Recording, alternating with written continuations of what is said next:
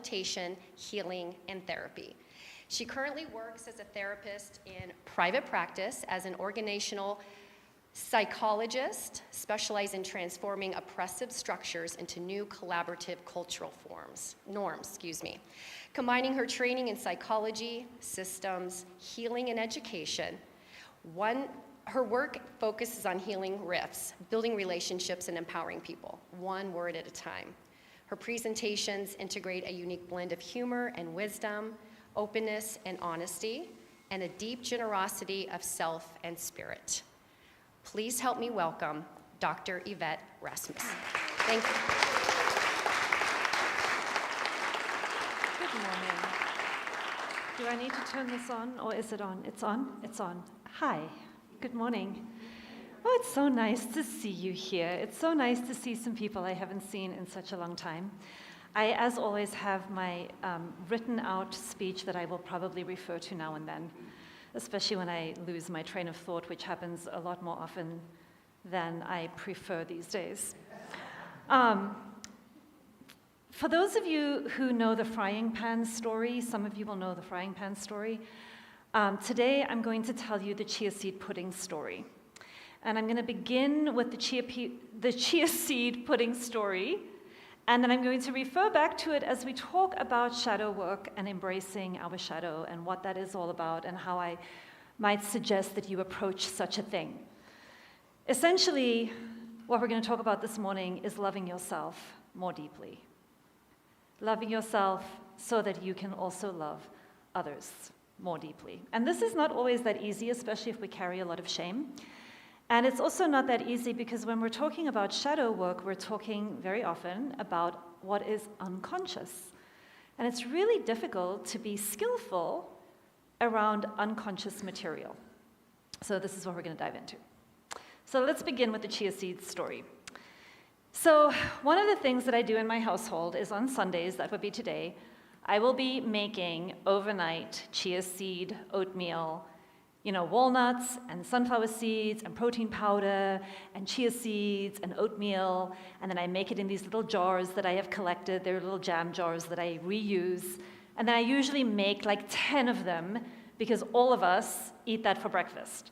So what we'll do is we'll grab a jar, to either take it to work or take it wherever, warm it up in the microwave if you prefer it warm, add some fruit, and we're good to go. So this is a staple breakfast item in my house. So a few weeks ago, we had an extended family member who doesn't often stay with us, staying overnight with us, and we'll call her Annie. And Annie is in an intensive outpatient eating disorders treatment program. And she woke up in the morning. I'm always up very, very early because we have a puppy in the house, so sleep is far away. And Annie and I were sitting in the living room, and she said to me, listen, I for my program this morning, in an intensive outpatient treatment program, we eat meals together, and I need to have breakfast figured out. What can I have for breakfast when I'm on my online program later on this morning? And so we went into the kitchen, and, I was like, I can make you an omelet, I can make you toast, we have chia seed puddings, and, And she was like, there was one left. So she was like, I'll have the chia seed pudding. Perfect, breakfast is figured out. We go back, we sit down, we're hanging out in the living room. My 22-year-old daughter, Miss Jessie, she gave me full permission to use the story and her name. She actually enjoys that. Because I literally called her up and I said, Jessie, I need a story about shadow work, and I'm having a hard time remembering fights because I seem to resolve them and then they go away. But can you remember one? And she's like, how about you talk about the chia seed pudding? And I was like, yeah, can I talk about that? Do you mind? She's like, yes, you can talk about that. So here you go. So I'm sitting with Annie in the living room. Jessie wakes up, she's running late for work. It's 7:30 in the morning, she has to be there at 8. She runs into the kitchen, she's in a rush, she grabs the chia seed pudding, she comes out, it's full of strawberries, and here she is eating it. And I see this and I go, oh, shoot, I had told Annie she could have that this morning. And she stops and she goes, oh, well, I didn't know that, I didn't know. And you can imagine that moment, right? You can imagine that moment and all the complexities of what's happening. Think about how Annie might be feeling. think about what Jesse's feeling in that moment. And you might want to think a little bit, if you're willing, about how I might have been feeling in that moment. So I'm not upset about this. And I'm like, it's no problem. I'll just make another one. I'll run into the kitchen. I'll just make something else. I can whip something together. It's not a problem at all. And Miss Jessie says, Mom, I'll help you. So she comes into the kitchen with me. And we're grabbing more jam jars and we're getting everything together. And then something changes. And I'm actually in that moment thinking, oh, how lovely. This is so great. We're just gonna flow with this. It's all gonna be good. So all of a sudden we're scooping things, and then Jessie leaves. And the chia seed pudding that she was eating is half eaten on the countertop, and she's gone, and I'm there doing it alone, and I'm thinking, something changed. What happened? I get everything together. I put them back in the fridge. Of course, I'm thinking, it's a bit of a problem because they kind of need an overnight, curing process, and how exactly is this going to work? And I'm not really sure. Anyway, that is not the point of the story. We won't get into the engineering of the breakfast at this point. We're going to focus more on the emotional experience of all of the people. So I go back into the living room, sit down with Annie, keep talking. In my mind, we have a plan. And of course, Annie is saying, it's fine, I don't need a chia seed pudding, I'll have something else, I'll have an egg, I'll have toast, I don't want to be a problem. You're not a problem. But now my daughter, do you know that feeling when you can tell that a mood has changed? Do you know that feeling when there's like a dark cloud in your house all of a sudden? And it's not a sad, withdrawn shame. It is shame, but it's not the sad, withdrawn version. It's the stompy around version. Okay? It's suddenly the doors are being closed a little bit more vehemently, and the way that I'm walking in the house is a little bit more, just slightly more with oomph. And I can tell she's not feeling okay. And so I go, and I'm like, are you okay? Your chia seed pudding is still in the kitchen. I don't want it. I'm not having it. It's fine. Annie can have it. I'm late for work, Mom. I'm late for work. Don't talk to me. Okay, so in that moment, I begin feeling angry. And I have this whoosh coming over me. And the whoosh, in the moment, I'm not aware of it, but in hindsight, I'm aware of it. In hindsight, I'm aware that that whoosh was, don't speak to me like that. Why are you turning on me? It's not my fault that blah, blah, blah, blah, blah. You can't just abandon the food. Annie's not going to eat it, and it's going to go to waste. This is now going to go to waste. You're making a bad situation worse. And I'm beginning to get all dysregulated myself. So of course, when I do that as a mom, this is shadow work talk, okay? I turn to her and I'm like, you need to pull it together and don't punish me for this. And she's like, I'm not talking to you about this, I'm leaving. And I'm like, Jessie, this is not acceptable. I do not accept this kind of behavior. And how do you think you're making, Annie feeling? And she's like, I don't really care, I'm leaving for work. So she goes off to work. Poor Annie goes and gets herself some breakfast and goes upstairs for her online program for the morning. And I'm sitting in the living room fuming, and I'm upset, and I'm activated. And I also have this other part of my mind going, Yvette, what is wrong with you? Like, why such a big reaction? Why can't you just flow with this? What is going on, right? So these are those moments of waking up. These are those moments of bumping up against material that we're not fully conscious of. And the default that we do in these moments is the very first thing I said to you, what is wrong with me? What is wrong with Jessie? What is wrong with this situation? What is wrong here? Right? This is how we initially, if you're anything like me, maybe you don't do this. After all of my years of practice, that is still my first response, is this idea of what is wrong. And then my mind wants to figure it out and fix it. This is the next thing that I want to do. I want to dive in and fix what's going on. So instead of doing what I would normally do, which is begin a texting exchange with my daughter about how it didn't feel good the way you left the house this morning, and I would like us to discuss this in more depth about how we're going to handle these situations moving forward, blah, blah, blah, blah, blah, right? Instead of doing that, I was like, okay, I'm going to time out myself, and I'm going to take some time to figure out what is really important to me here. What is really important to me here? Because in that moment, I know that I am responding from my default. I know that I am responding from my fears. I know that I am responding from my conditioning. And I know that my first reactive moves are unlikely to be my wisest moves. So I've learned to build in more time for me to wake up. All right. I tell you that story because when we talk about embracing our shadow, I really want you to know that we are doing it in every moment of our lives, every time that we get judgmental, every time that we get reactive. It is an opportunity for us to wake up a little bit. It wasn't about the chia seed pudding, right? It really wasn't about the chia seed pudding. What's actually going on for me in that moment was the sadness that I feel when I'm working so hard to try to make everybody happy, and it didn't work. I wonder if you can relate to that. I wanted to make sure that Annie felt welcome and cared for and set up for her program. I wanted to make sure that Jessie didn't feel like she did anything wrong for grabbing the lost chia seed pudding, because how would she have known that I had already promised that to Annie? And I wanted everybody to be happy and have a lovely connecting moment in the morning, and I was working so hard to have care and harmony and ease and connectedness in my household that morning. And then when everybody, meaning my poor daughter, got in the way of that with her feelings and then the way that she held them, I felt righteous indignation. Right? Can you relate? Okay. I hope so, because then I'm not so alone in it, right?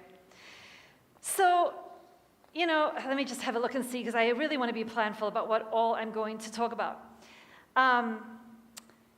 The thing that is so interesting for me looking back is how quickly the shame moves through, the indignation moves through, the anger moves through, the ideas of wrongness move through.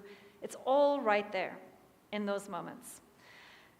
And I've learned that when that happens, there's unconscious material coming to light. So here's what I want to tell you about that, because I'm going to weave a little bit.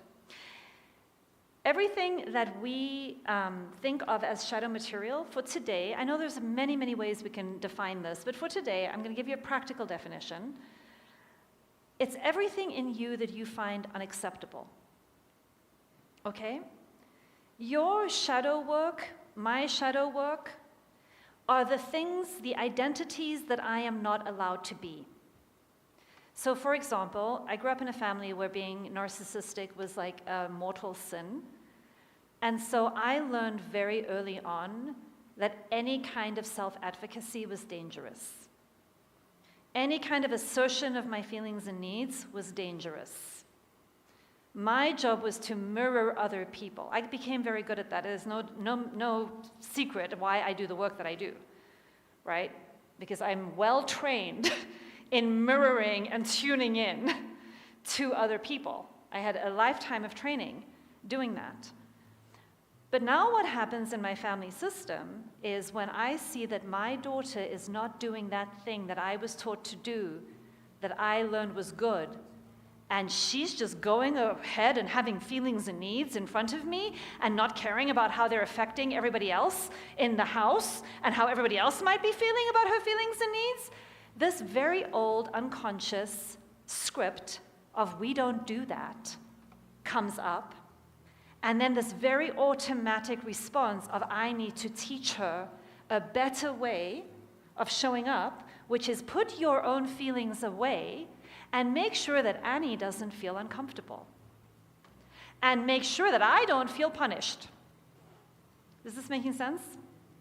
Okay, I hope you can relate. So it's different from an inner critic, right? Your inner critic tends to be quite conscious and quite judgmental, and you know everything that's going on in your inner critic. Shadow work and embracing the shadow is really about the things that we don't yet know about, the things that take us by surprise, the things that hook us. And we're like, why is this hooking me? Why am I so upset about this? I know better, right? And it gives us a little window into how we have been fragmented. It gives us a little window into where we have little rifts in our wholeness inside of us. And in those rifts between parts of ourselves, that's where shame grows. And shame makes it very difficult to begin doing shadow work because many people are afraid that if they turn towards their unconscious material, that they are going to find badness. Okay? This is one of the main reasons why we don't want to wake up. We are so scared that what we're going to find is badness. And in some ways, it's true, but not true. What you're going to find when you start turning inwards to your unconscious material is everything that you have exiled, everything that you were taught by a domination system was unacceptable in you. Something that as a child, as a young person, as somebody dependent on someone else, you were taught you need to make that part of you go away if you want to be safe or fit in this relationship or this school system or this classroom or this culture. And because you were taught that this part of you is bad and unacceptable, you learned to suppress it. Okay? Which was a very adaptable, functional, and wonderful thing to do at one point in your lives. But what that means is that you came into adulthood lopsided. You're just, like if I was a psychological chiropractor, I would tell you have an alignment problem, right? You have a weak side. And your shadow work is about reclaiming everything about you that you think is unacceptable or bad and integrating it into your identity so that you can be whole, so that you can have every part of you available to you.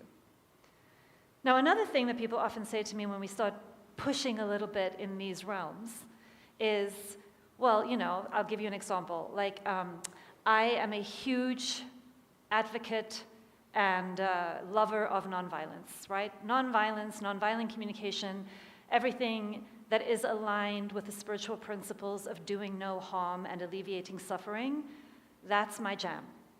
My life runs on that. I love it. But there's a shadow to nonviolence. Because once I say, nonviolence is better than violence, what do you think I do with all of the aggressive parts of myself? Right? They get split off suddenly. Then suddenly it becomes, oh, well, I am not a violent person. I am a nonviolent person. And I name that only because there's a paradox in there that I just want to, if you're struggling with something like this, the path forward is not about, I am this and I am not this. The path forward, the path of love as I see it, is I am both a violent person and a nonviolent person. I have aggression. I can be really punishing. I have got some of the worst moralistic superiority and judgment of other people that you will ever have come across. I'm sure that I'm right up there in the Olympics. This is all true about me. And the path forward isn't about seeing these aspects of ourselves as bad or wrong or needing to be cut out or suppressed.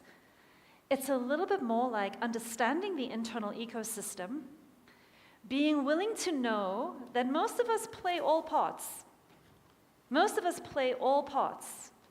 And it is about living a life in which you are willing to be in relationship with every single one of your parts, and not only in relationship, but a very, very particular kind of relationship. An aware and loving relationship. We want to be mindful. Of course, we want to be mindful. We want to go on silent retreats. We want to track. We want to build our observing self. We want to get our witnessing self fully online so that we can watch these parts. That is necessary, but it, in my mind, is not sufficient. We do need to learn how to relax our nervous system so that we can see the truth of who we are. We are complex beings. And we want to take responsibility for all aspects of who we are. The part of me that can be nonviolent and aware, and the part of me that can be aggressive and punitive. Because once I give myself permission to know about all parts of me, I can begin being choiceful about who comes out to play when. If I don't know about these parts, I don't have choice about who comes out to play when. The unconscious material will leak out in passive aggressiveness, in sarcasm, in backhanded remarks. And then when you confront me on it, if it's something I'm not willing to look at, I will deny it and tell you, you're misunderstanding me. Does that make sense? And the sadness there is, I'm the one who isn't getting to experience the fullness of my whole, authentic, glorious, aggressive, judgy, swearing up a storm self, who can really choose to put that part of herself aside and show up in a new way, in a different way, in a co-creative way, in a nonviolent way, when I choose to do that because it is in alignment with the values that I want to live by. But I'm not living by those values because I've made an enemy out of parts of who I am. When I make an enemy out of parts of who I am, I also cut off energetic circuits that I actually need that are a part of my inner compass. I cut off my fuel when I'm not allowed to be angry. If I'm not allowed to be passionate, angry, upset, I cut off parts of my wisdom. Now, I'm not saying that we bring all of these and we just let them run loose in the world and do whatever you want with them and all parts of you are equally acceptable. That's not what I'm saying. What I'm saying is we need to begin turning on the lights in our interiority. Often when I'm working with couples, I'll tell them, they're stumbling around and they're in all of these conflicts and they keep repeating and there are all these default patterns. And a metaphor that I often use is, I want you just to imagine that you are in your house and somebody has come in and arranged all the furniture on your behalf, but it is pitch dark. And the two of you keep walking around your house trying to figure out where everything is, and you keep bumping into the furniture. And then you try to move it. And then the other person doesn't know that you moved it, and then they run into the furniture. And the thing that we really need to do is stop rearranging the furniture and turn on the lights. Okay? And I'd like you to think about this as your own inner work. Stop worrying about what parts of you are good or bad. Just decide it's all neutral. There's an upside and a downside to every part of me. There's an upside to being nonviolent, there's a downside. There's an upside to being aggressive, sometimes there's a downside. These are net neutral. What I really want to do is have my lights on so that I can understand what I'm working with, so that I can bring, this is now a value statement, you don't have to take this one, but so that I can bring love consciousness to every single choice that I make with the material that I have working on inside of me. There's nothing inherently bad with anything in me or anything in you. But to the degree that it is unconscious and ignorant and you are unable to take responsibility for it, it will kick up more suffering in your life and the people around you. It will kick up more suffering when you can't own your defensiveness, when you can't own your privilege, when you can't own how judgmental you are and how much implicit bias you have in whatever place you are, when you can't own your own shame and you need everybody else around you to show up differently so that you can feel okay. It's a burden for you and also them. They will let you know. But what I really want you to know is you get to be whole. You get to wake up to the fact that you are just like the rest of us. You're not that great, and you are not as bad as you think you are. You really are not as bad as you think you are. I don't know whichever way you swing on that one, most of us are just like one another. We come in with the same biology, the same neurology, and then we have cultural contexts that really shape us into a lot of difference. A lot of difference. We have different kinds of trauma. We have different kinds of shame. Yeah. So why does it matter? Let me just go and check my notes and make sure that I'm telling you the interesting things. Yes, so your shadow is anything that's going to hook you. Anytime you're hooked, anytime you have a disproportionate reaction, anytime that you have a not me, that is a great little orange flag for you to have a look at. Any not me, I would say, oh, integrate it. I've done a lot of work over the last 6 years of finding the genocidal maniac inside of me. I just choose different people, right? Some of them are in positions of power right now and running countries. I would choose them. But it's the same consciousness. So I want to find it. I want to find it. I want to own it. It is the part of me that carries wisdom about clear next steps. Okay.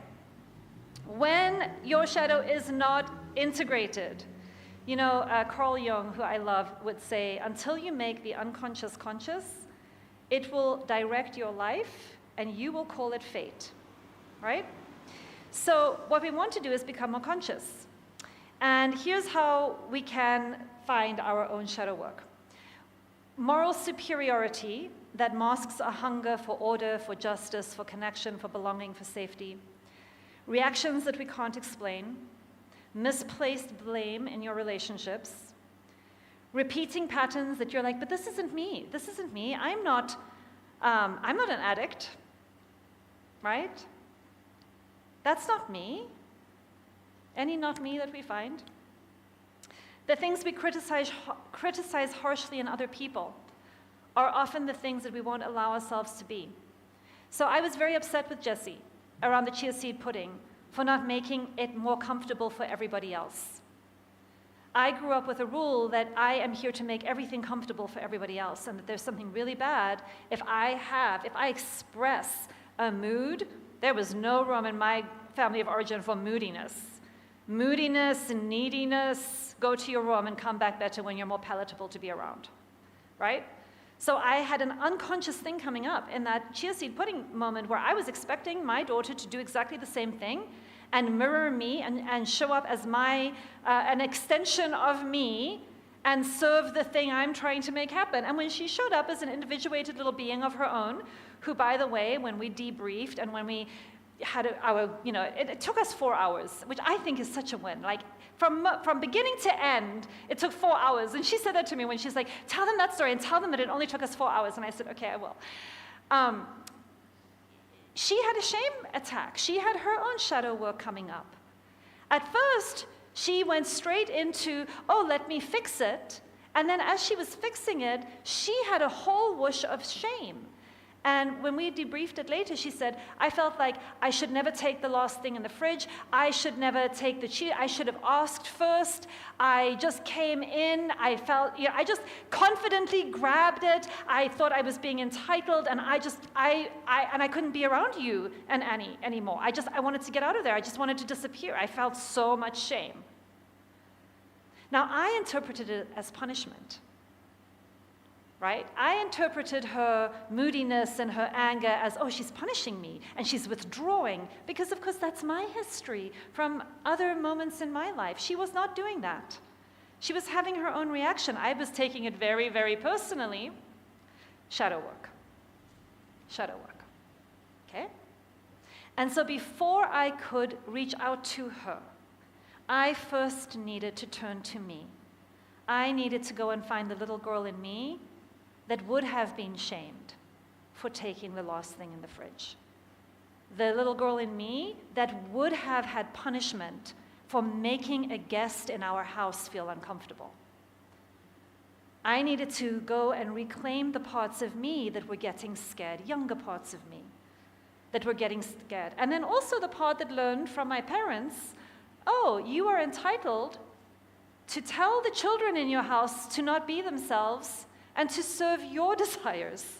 That's the little narcissist in me, right? My values, my home, my deciding of what the emotional space will be, and anything you're doing to get in the way of that, bad, wrong. Make that subjectivity, make your authentic self go away to make me more comfortable.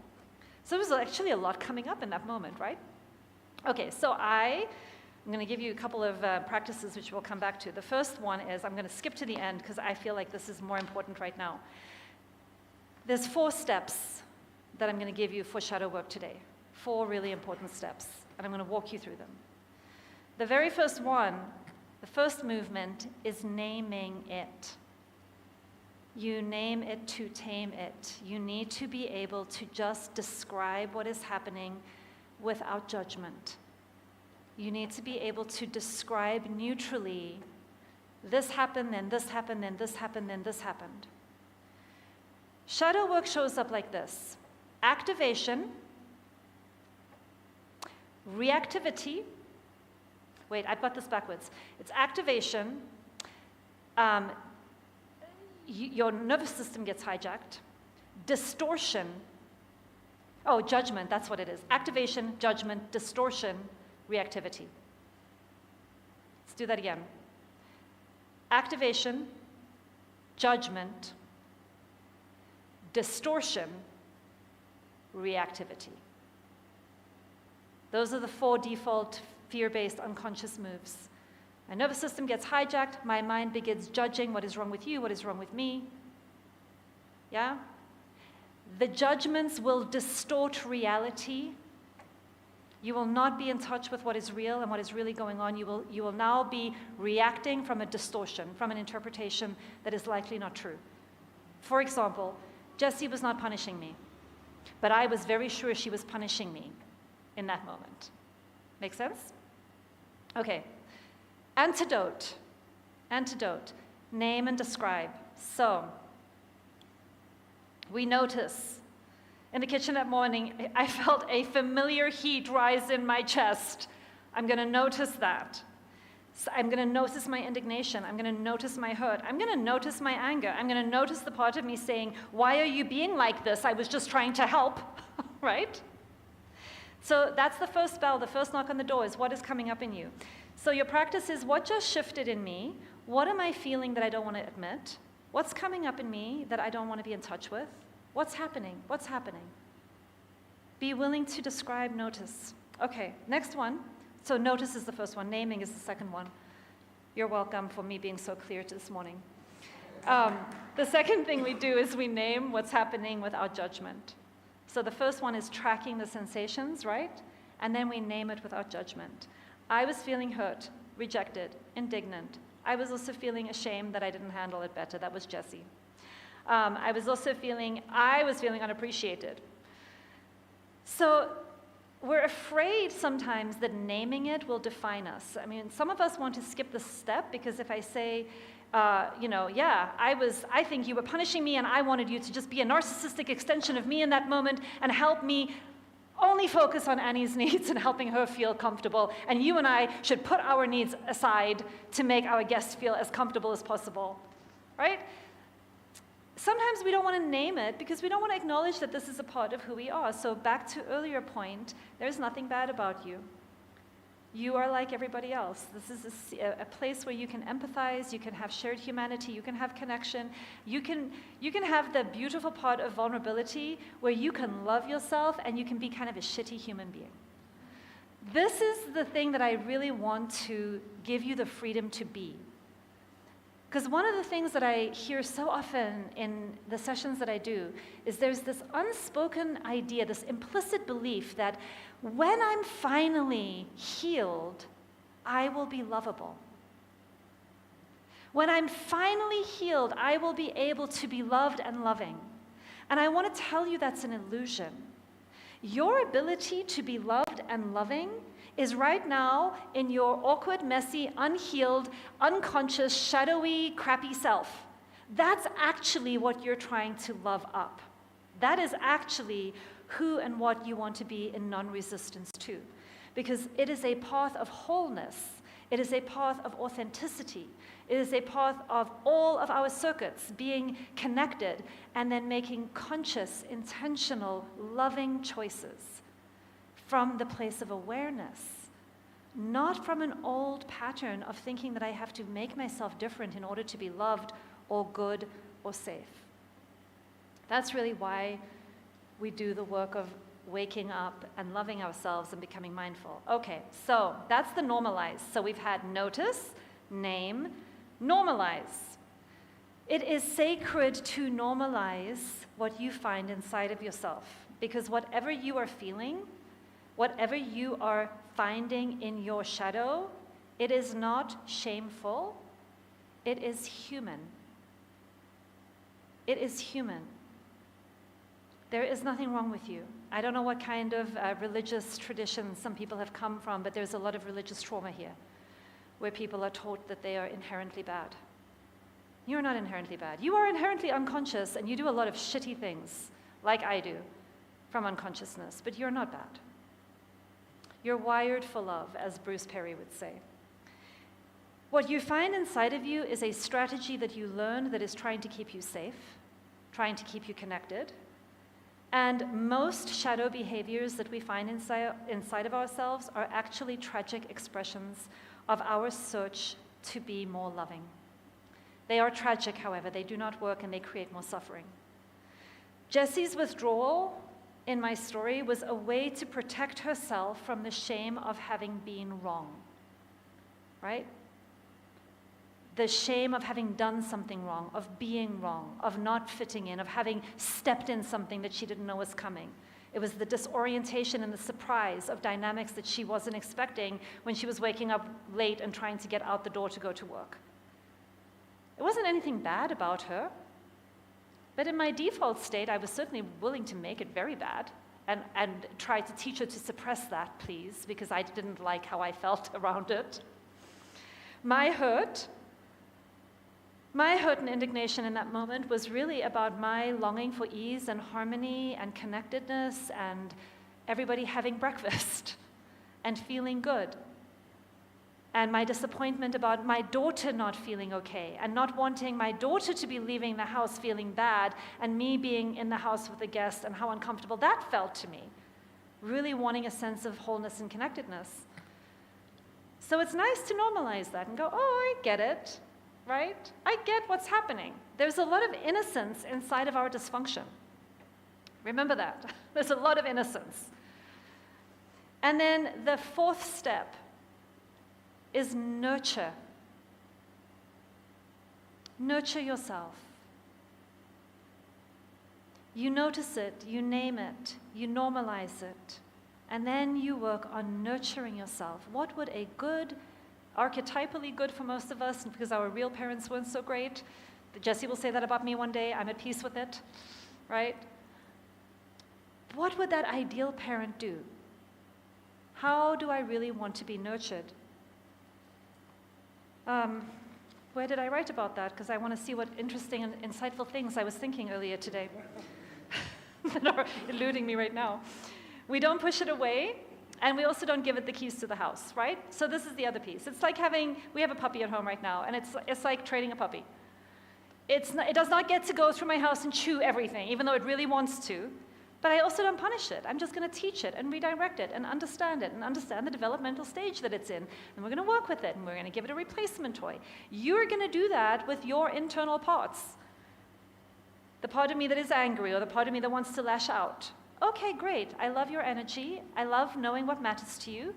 Love your willingness to fight for what's right. Now let me show you how to do it in a new way. Let me show you how to do it in a way that cares for me and Jessie and Annie. Okay, no more fragmentation, no more division, no more repression, no more suppression. What does a new creative response look like where we embrace the whole? The whole in me and the whole in my home, and then the whole in my community, and then nationwide, and then globally. As we embrace the shadow, we expand our sense of identity beyond me and mine. Me and mine becomes, and also you, and also you, and also you. We expand that circle of love and care wider and wider and wider. So it's not just me and other white South African women. Then it becomes me and other white South African women and animals, right? And then white and brown and black and orange and yellow and red and the entire spectrum, suddenly that can fall away as an identity factor. Who do I see as part of me is no longer fragmented with a color, is no longer fragmented with a gender, is no longer fragmented by a nationality.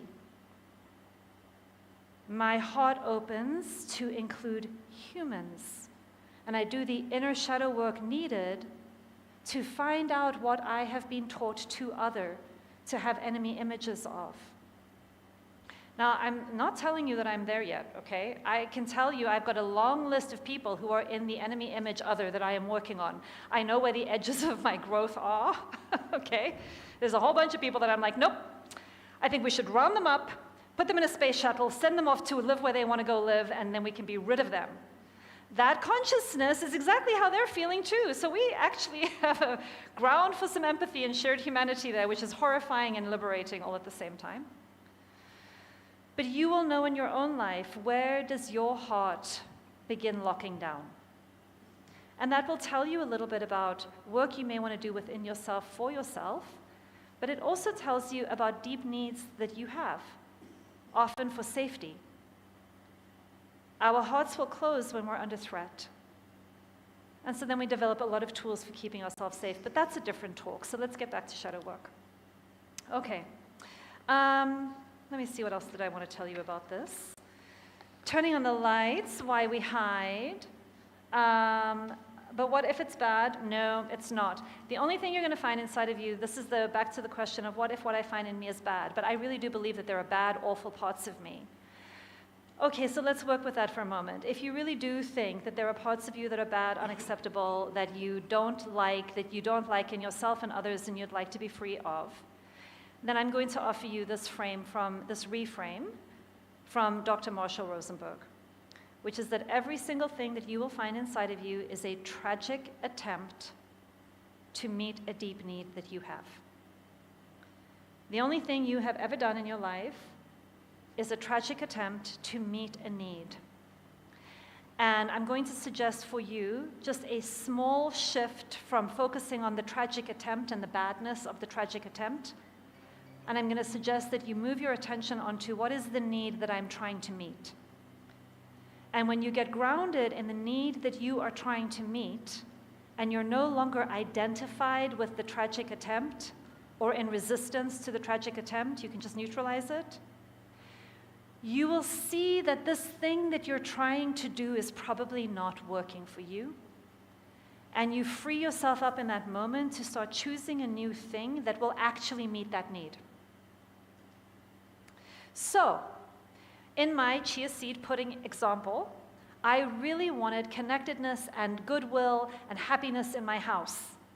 And my tragic attempt of walking out of the front door with Jessie and saying, Jessie, this kind of behavior is completely unacceptable, did not work. She did not stop and say, oh my goodness, Mom, you're right. I'm so sorry. Thank you for waking me up to this. Wait, let me try that again. Can I come back in and let's do a do-over? That was such a helpful thing for you to tell me that it was unacceptable. I mean, you may have a different kind of child than I do, but my kiddo did not respond in that way. But that's actually what I wanted. What I wanted was to get her to slow down and care and figure out what was going on, and I also wanted her to feel better, because I could see something was going badly, and I really wanted her to feel better. So here's my tragic strategy. This is unacceptable. So ridiculous, but how often do we do this? So if you want to say that this is what is unacceptable part, this aggressive, judgmental part, fine, but you've got to see it, you've got to name it, you've got to own it, and you've got to be able to then go back to your kiddo and say, so I'm feeling really bad about what I did this morning. Here's what I think was going on with me. Here's what I'm guessing may have been going on with you. I'm guessing that you were probably feeling super surprised. Sweetheart, you didn't know about the chia pudding. You were not aware of the conversation that had happened. And I'm guessing that actually it was your care about how everybody was feeling that led to the shame. And I wonder if that's what you were feeling, and then you were mad and you just wanted to get out of it. Is that what was happening for you? Can we chat when you're done with work? So she called me on her break. Yes, that's exactly what was happening for me. I think, how do we, what do we do about this next time? Do you think Annie is okay? Should I go and repair it with her? What do we need to do next? Quick, simple, easy. But it took me some time to move from my default reaction to something more empathic, more connected, and more aligned with what my needs were. Do you see what I'm talking about there? Okay.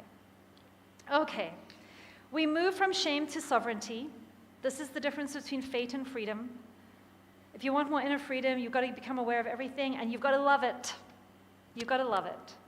And you love it by understanding that it is just a tragic strategy that you learned, that it is not in alignment with your needs, that the needs moving through you, the universal human needs that are moving through you, are life wisdom. They are good. You can ground yourself in them. They will not lead you astray. And then you make it a practice to always be thinking, me, you, us. Me, you, us. You've got to get out of the narcissism of only me. You've got to get out of the people-pleasing of only you. And you also need to keep expanding your circle of care to your communities. So it's what works for me, what works for you, and what works for us will give you an inner compass for moving forward in a way that is more loving and more co-creative, more collaborative, more conscious. All right, I think I have a final thing I want to say, and then we're done. Nobody else can do our shadow work for us. We're all bound in a pretty intricate web of mirrors. We reflect to one another parts of ourselves. What I hate in you is probably something I hate in me. If I want to connect with you, I've got to work on that part in me first. Yeah? If I want to. Every relationship, every moment of friction, every pang of reactivity is an invitation, and the question is always, will we respond with fear and defense, or will we soften, breathe, get curious, and bring forth something more loving? So this is where we begin, not by fixing others, but by becoming more trustworthy to ourselves, so that we can walk into the fire of human connection with our eyes open and our hearts intact. Thank you.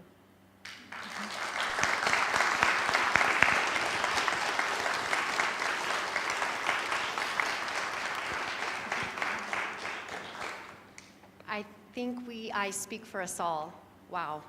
Thank you so much. So much of that resonated with me, and how much shadow work and self-love I have found in the opportunities that I've been given in traffic, dealing with other people, those triggers that come up. And before the awakening of bringing the unconscious conscious and seeing it and recognizing what it is and the truth of what it is, I would not only create my own suffering on my way to work, blaming those people for doing me wrong, but God forbid you saw me in the cafeteria over lunch, because I'm going to tell you all about all those horrible things that happened on my way to work. And chances are I was walking around my home later at night recounting the events. But now it's an awakening, that opportunity to see it for what it is. Now it happens, and right away I'm like, what is this? How can I love myself through this and see it for what it is, see the truth of it? So thank you so much for those reminders. That was really wonderful. This is the part of our service where we ask for your offering. Lake Harriet Spiritual Community is funded by your donations. This is our primary source of income, which allows us to keep the lights on and bring all of these amazing experiences and speakers to you. We invite you to be a partner with us in supporting the spiritual community, and we are very grateful for your support.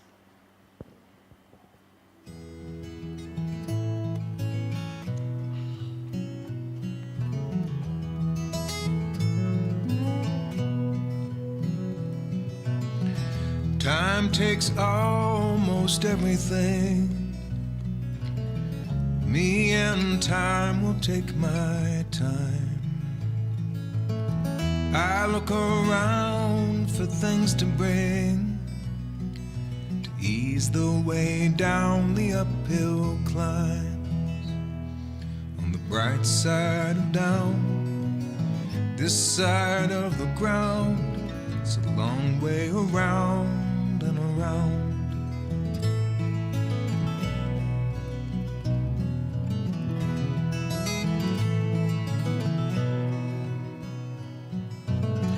They say that time is slowed by speed, but really that's not the way it seems. Maybe the key is thoughtful words and deeds to open up the voices of your dreams. On the bright side of down, this side of the ground, it's a long way around and around. All right, if you'd like to repeat after me as we bless this offering. God's perfect love flowing through me blesses and multiplies all that I give, all that I receive, and all that I am. Thank you. Now I think we're going to gather up.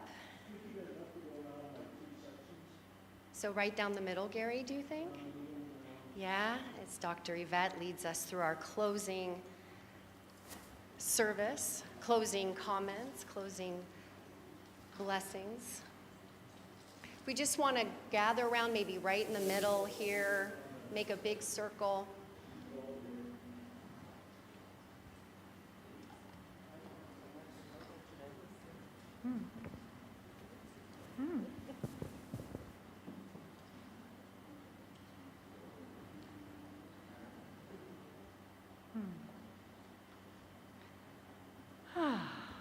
Here we are. Just have a look around at all of these amazing humans. They're kind of crappy. You've got to love them. You've got to love them up, right? You just do. You've got to love them up and then remind yourselves that you would love them to love you up too. There is nothing in you that is unlovable. Nothing is unworthy of presence. And nothing in you is beyond redemption. I hope you leave today knowing that you are good and that you choose love instead of fear every time you find something in yourself that you don't like. Have a great week, everyone.